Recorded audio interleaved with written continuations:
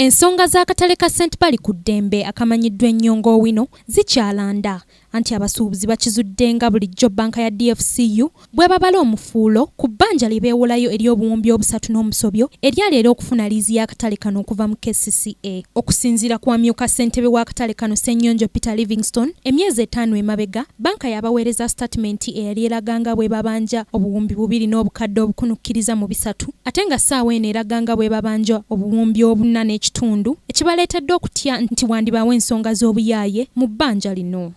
Yatuwa banka statement eyafuluma bamaze okutereeza bulungi eyafuluma ng'ennaku z'omwezi 15 ogwokuna 2016 ng'egamba nti etubanja obuwumbi 2 mu obukadde 287 mu emitwalo 46,495 ku attachment yakakasa nga banka egamba nti etubanja obuwumbi 4 mu obukadde 4 mu 68 mu emitwalo 9 mu 3,449. Ssennyonjo ayongeddeko nti banka yemu yabategeeza nga we yali ebaggyeko okusasula amagoba nga kwogasse n'engassi kyokka nga kati tebategeera lwaki ebbanja lino ligezze mu bbanga ettono.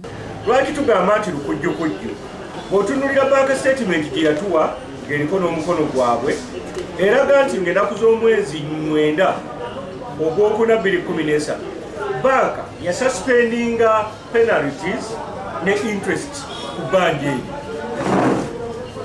Kati kitegeeza buli kasente konna ketuwa twongera ku reducinga bbanja eryo. Ebbanja lino eryogerwako ery'obuwumbi 3 n'obukadde 85 baalyewola mu mwaka gwa 2011 ng'endagaano yali yakulisasula mu myaka 5 ekitegeeza nti ebbanga eryabaweebwa lirabika ng'eriweddeko. Mu kufuna looni eno baasingayo ettaka lyabwe ery'omu Kisenyi eriri ku square mile 5 nga lino banka lyetiisatiisa okutwala singa ebbanja lino terisasulwa amangu ddala. Mu kaweefube ow'okuteeseza awamu ku ngeri ki gye banaasasulamu ebbanja lino abasuubuzi batudde mu lukiiko ne bakubaganya ebirowoozo ku nsonga eno. Ne babanga abagamba nti bwo waliwo obulyazaamaanyi obubatuusi baako obubaganye n'okugyayo ssente akakantu katunuulire. Oyagala akatale ako kabeewo tukusaba ekintu kimu w'omusolo tusobole okununula akatale kaffe. Ekiteeso ti buli luusi ekwatibwako mu katale ka St. Bali okuva olunaku olwaleero ogenda mutereevu ku bbanga.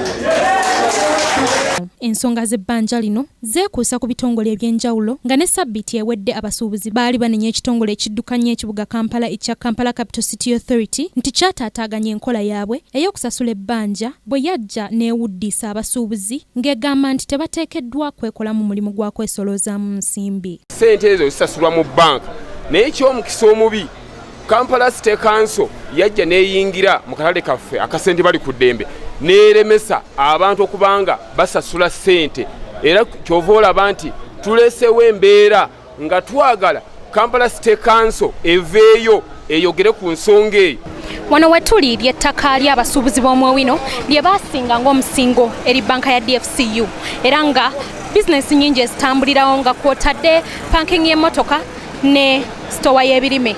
Ekyabuzibwa kiri nti singa banka ya DFCU ekeera enkya n'etwala ettaka lino abantu bano bonna banazzibwawa. Ku lwa Kingdom TV, Madrid Nabukeera amalindirire. This is Kingdom TV.